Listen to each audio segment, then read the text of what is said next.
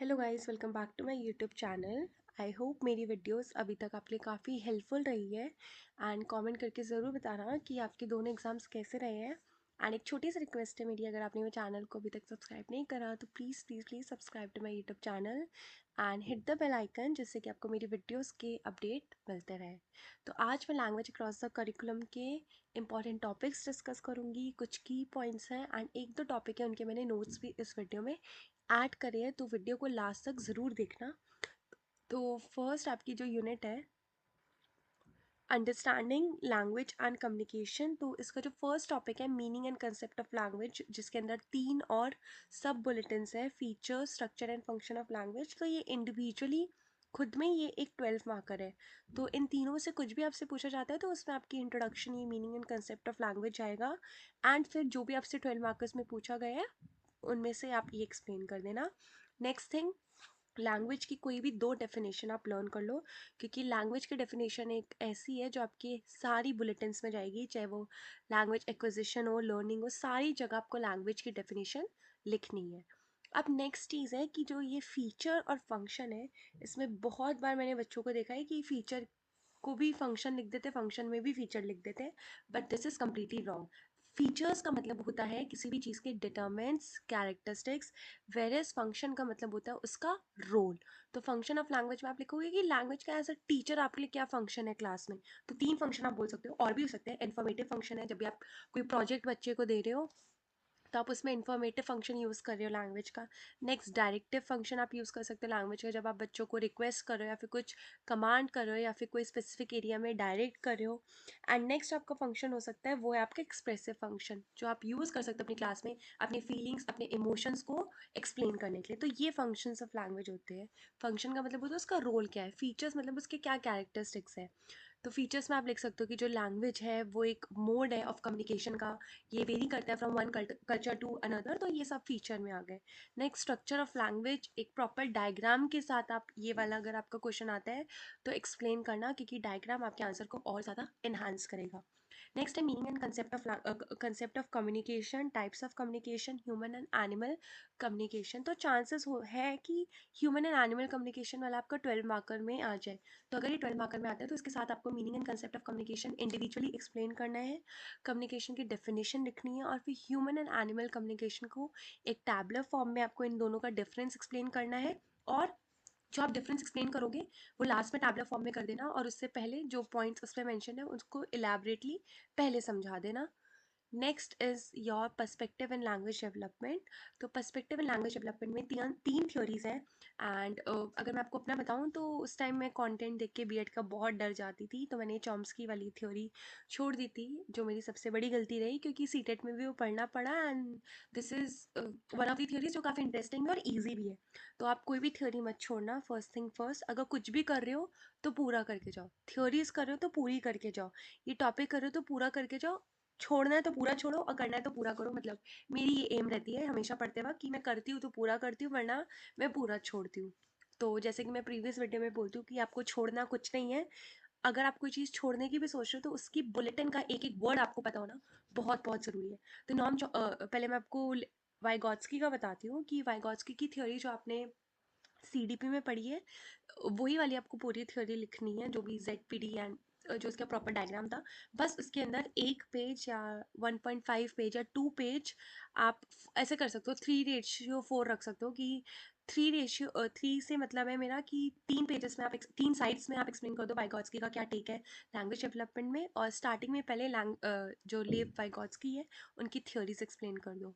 तो जो भी उनकी पूरी थ्योरी है जो आपने सीडीपी में पढ़ी है पहले वो, और फिर लैंग्वेज डेवलपमेंट में उन्होंने क्या बोला है फिर वो एक्सप्लेन कर देना, अगर ये क्वेश्चन इंडिविजुअली आता है। बट मुझे ऐसा लगता है कि बहुत कम चांसेस होते हैं, कि चांसेस कम नहीं, मतलब आप कह सकते हो 60-40 होता है कि जो लैंग्वेज वाला पेपर है उसमें जो थ्योरी से इंडिविजुअली पूछी जाए, वहाँ पे यूजली उसका रिलेशन या फिर डिफरेंसेस या फिर एजुकेशनल इम्प्लीकेशन दोनों के आपसे पूछ सकते हैं। तो मैं वो भी आपको एक्सप्लेन करती हूँ। तो इंडिविजुअली आएगा तो आपको पता है कि कैसे लिखना है, पहले नॉर्मल थ्योरी और फिर लैंग्वेज डेवलपमेंट में क्या टेक है।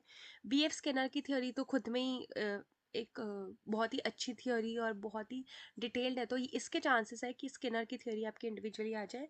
एंड चॉम्स्की की थियोरी काफ़ी छोटी है, तो चॉम्स्की की थियोरी आपकी वाइगॉट्स्की के साथ आने के बहुत चांसेस है। तो मैं इसका आंसर आपको दिखा देती हूँ।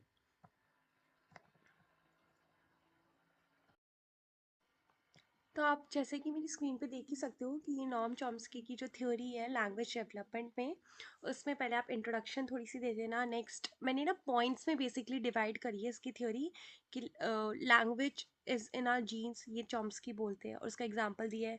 नेक्स्ट यूनिवर्सल ग्रामर का जो कंसेप्ट है वो नॉर्म चॉम्स्की ने हमें दिया है, तो उसको मैंने एक एग्जाम्पल के साथ एक्सप्लेन करा है यहाँ पे। देन नेक्स्ट मैंने थर्ड पॉइंट जो है चिल्ड्रन लर्न लैंग्वेज क्विकली, ऐसा चॉम्स्की ने बोला है, उसके लिए मैंने आपको एग्जांपल दिया है। Fourth language learning is different from other learning. तो ये 4 व्यू पॉइंट्स हैं जो चॉम्स्की ने हमें दिए हैं, तो वो सारे व्यू पॉइंट्स को, उनकी थ्योरीज को मैंने पॉइंट्स में एक्सप्लेन करा है प्लस विद एग्जाम्पल। तो मुझे लगता है ये कॉन्टेंट आपके एग्जाम के लिए सफिशियंट रहेगा, और जो मैंने ब्लैक में लिखा है उसका मे बी आप फ्लो चार्ट बना सकते हो, जिससे कि आपकी जो आंसर राइटिंग है वो थोड़ी और इन्हांस हो जाए। Next is the difference between Chomsky and Vygotsky. This is very important कि इन दोनों का डिफरेंस आपसे पूछा जा सकता है कि दोनों की थ्योरी एक्सप्लेन करो और दोनों की थ्योरी में क्या डिफरेंसेस है। तो ये वाले आप डिफरेंसेस ज़रूर ज़रूर नोट कर लीजिए। एंड थ्योरीज के एजुकेशनल इम्प्लीकेशंस भी पढ़ लो, क्योंकि एट टाइम्स आपको 12 नंबर में बोल देगी कि वाइगॉट्स्की के एजुकेशनल इम्प्लीकेशंस समझाओ। तो या किसी कोई भी कोर्स में आपके पास एजुकेशनल इम्प्लीकेशंस आए तो कभी भी घबराना मत। बस ये करना कि उस टॉपिक से रिलेटेड जो भी आपने पढ़ा है, जो भी थ्योरी पढ़ी है, उसको थोड़ा ब्रीफ में, थोड़ा कम जितना पॉसिबल वो एक्सप्लेन कर दो, और उसके बाद उसी में से 10 पॉइंट्स निकाल लो और उन 10 पॉइंट्स को अपने एजुकेशनल इम्प्लीकेशंस बनाते हुए कुछ एजुकेशन से कनेक्टेड करते हुए एक्सप्लेन कर दो।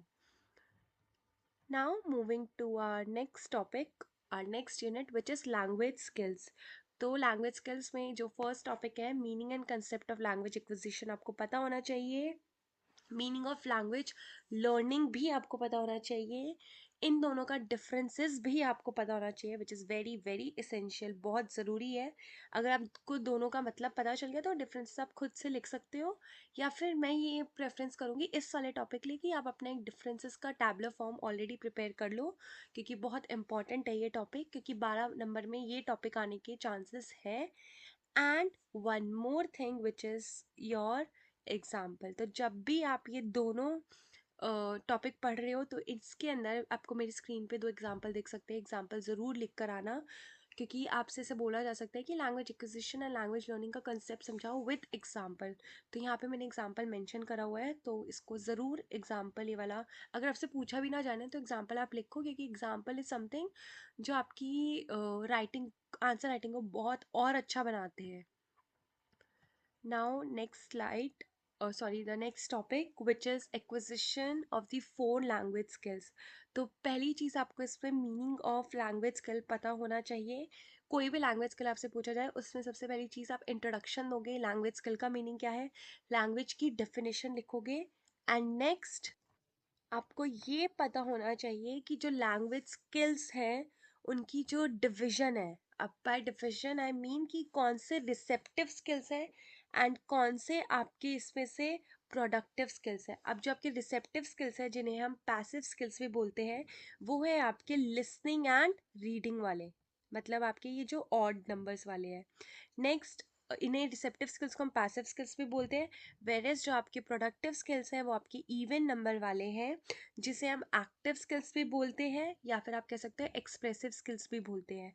तो एग्जाम में आपसे डायरेक्टली ना पूछकर इनडायरेक्टली बोल सकते हैं कि कोई भी 2 रिसेप्टिव स्किल्स समझाओ या फिर कोई भी 2 प्रोडक्टिव स्किल्स समझाओ। एंड इन स्किल्स के ऊपर भी मैंने एक प्रॉपर राइटिंग स्किल्स की आई गेस मैंने वीडियो नहीं बनाई, बट बाकी 3 स्किल्स की मैंने वीडियो बनाई है एक प्रॉपर आंसर राइटिंग के फॉर्म में। तो इसका आंसर चाहिए तो आप वहाँ से मेरी वीडियो देखकर अपना आंसर प्रिपेयर कर सकते हो। Next is very important thing, मतलब मुझे ऐसा लगता है कि आईपी यूनिवर्सिटी का ये फेवरेट क्वेश्चन कह लो या फिर कंसेप्ट कह लो, विच इज़ एमर्जेंट लिटरेसी, उसका मीनिंग एंड उसके इम्प्लीकेशन। तो देखो, अब यहाँ पे आप लकी हो कि आपके सिलेबस में आपको ये दिया गया है कि एमर्जेंट लिटरेसी मीनिंग और उसका इम्प्लीकेशन समझाओ। वेरस मेरे साथ क्या हुआ था कि ये वाला question I am not sure में से इसी लैंग्वेज में पूछा गया था या फिर फिलोसफी में पूछा गया था, पर ये मेरा क्वेश्चन आ गया था एक 5 नंबर में आता है इमर्जेंट लिटरेसी वाला कंसेप्ट, और ये किसी भी बुलेटिन में मेंशन नहीं था, ये इसी साल सिलेबस में प्रॉपरली डाला गया है। और हमारे टाइम पे ये क्वेश्चन था भी नहीं, बुलेटिन थी भी नहीं, और तब भी हमसे ये बुलेटिन पूछी गई थी, और उसके बाद भी एक और सेमेस्टर में मेरा ये वाला कंसेप्ट रिपीट हुआ था। तो मुझे ऐसा लगता है कि इस क्वेश्चन के आने के हाईली चांसेस है। बाकी पढ़ना देखो आपको सब है, बट मुझे लगता है, I might be wrong I might be right, क्योंकि पहले के एक्सपीरियंस के बेसिस पे मैं आपको बता रही हूँ कि ये बहुत इंपॉर्टेंट उनका या कह लो बहुत फेवरेट क्वेश्चन है उनका। Now coming to your unit 3 understanding language and diversity. तो फर्स्ट आपका बुलेटिन है socio cultural variation in language and dialects, ये 12 नंबर में आ सकता है। इसकी जो नेक्स्ट यूनिट है relationship of language and society, identity power and discrimination, ये पूरा आपका 12 नंबर में आने के चांसेस है, क्योंकि ये लंबी बुलेटिन है। बट जैसे मैं बोलती हूँ कि लंबी हो या छोटे बुलेटिन हो, वो पेपर सेटर पे डिपेंड करता है कि वो कौन किसको 12 मार्कर में दे रहा है, क्योंकि as a would be teacher वही आपकी एबिलिटी चेक करते हैं कि आपकी कितनी एबिलिटी है, आप कितना अच्छा लिख सकते हो अगर आपको कोई छोटा टॉपिक भी दिया जाए। तो अगर relationship of language and society, identity power and discrimination आता है, तो इसमें जो भी वर्ड्स दिए गए हैं language, society, identity, power and discrimination, पहले इनका मीनिंग तो आप लिखोगे बिफोर एक्सप्लेनिंग देम, एंड इसके बाद इसका मैं आपको एक प्रॉपर आंसर दिखा सकती हूँ। लैंग्वेज एंड सोसाइटी कैसे कनेक्टेड है उसका एग्जांपल मैंने मेंशन करा हुआ है। लैंग्वेज एंड आइडेंटिटी कैसे कनेक्टेड है उसका एग्जांपल मैंने मेंशन करा हुआ है। लैंग्वेज एंड पावर कैसे कनेक्टेड है उसका एग्जांपल मैंने लिखा हुआ है यहाँ पे। और कैसे सोसाइटी, आइडेंटिटी, पावर ये सब कनेक्टेड है, इसका भी मैंने एक एग्जांपल यहाँ पे लिखा हुआ है। तो 12 मार्कर के लिए आपके लिए बहुत सफिशिएंट आंसर रहेगा। प्लस स्टार्टिंग में थोड़ी लैंग्वेज की इंट्रोडक्शन एंड उसकी डेफिनेशन ज़रूर लिख देना। एंड अगर डेफिनेशन बहुत बार आपके आंसर में रिपीट हो रही है, दैट्स कम्प्लीटली फाइन, ऐसा होता है बीएड में। Now moving forward to the unit 4 which is role of language in teaching learning process. तो पहली जो बुलेटिन है लैंग्वेज टीचिंग लर्निंग प्रोसेस में, इसका कंसेप्ट तो सेम ही है, प्रिंसिपल्स ऑफ लैंग्वेज कर लेना, goals, advantages and limitation, 12 marker में डायरेक्ट है। Next role of language teacher, subject teachers in LAC approach, ये वाला क्वेश्चन भी मैंने बहुत एग्जाम में देखा है। तो इसमें आपको क्या करना है कि पहले आपको लैंग्वेज टीचर का मीनिंग लिखना है, उनके कैरेक्टरिस्टिक्स लिख देना, ये आप बना के भी लिख सकते हो कि लैंग्वेज टीचर्स का तो उसका कमांड होना चाहिए अपने सब्जेक्ट में।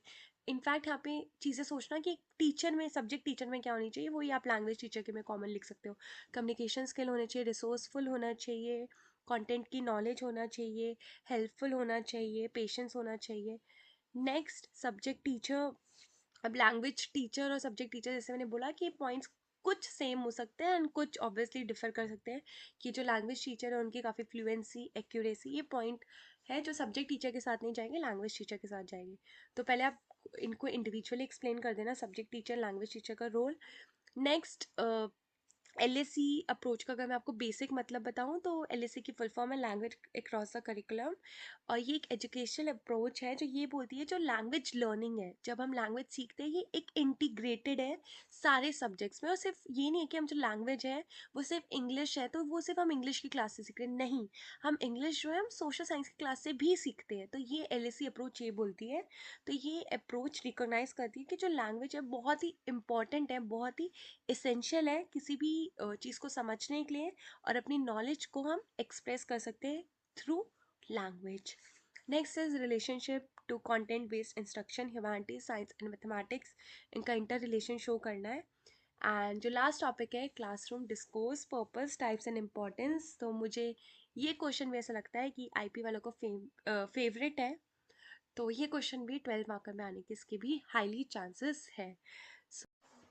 Sorry guys, I missed out on the third point, language diversity in context of India. इसके अंदर 4 पॉइंट्स हैं एंड चारों ही बहुत बहुत इंपॉर्टेंट है। बायलिंगुअलिज्म एंड ट्राइलिंगुअलिज्म, ये जो है ये आपके 10 मार्क्स में 5 5 मार्क्स के शॉर्ट नोट्स में आ सकते हैं, हाईली चांसेस है। मल्टीलिंगुअलिज्म इन द क्लासरूम, ये बुलेटिन खुद में ही 12 मार्क में है, डायरेक्ट आएगा ये भी बहुत इंपॉर्टेंट है। Next, status of language in India and constitutional provision and 3 language formula, ये दोनों आपके कंबाइंड होके एक 10 मार्क्स के क्वेश्चन में आ सकते हैं। तो ये चारों बुलेटिन प्लीज़ गलती से भी मत छोड़ना, क्योंकि बहुत इंपॉर्टेंट है। सॉरी आई मिस्ड आउट, मैंने सीधा यूनिट 4 एक्सप्लेन करनी स्टार्ट कर दी थी। एंड वन मोर थिंग कि मेरी वीडियो में बीच में वॉइस खुद ही 2x पे हो रही थी। I don't know what's the technical error, so also sorry for that. And that's it for this video. If you guys like my video, do like, comment, share and subscribe to my YouTube channel.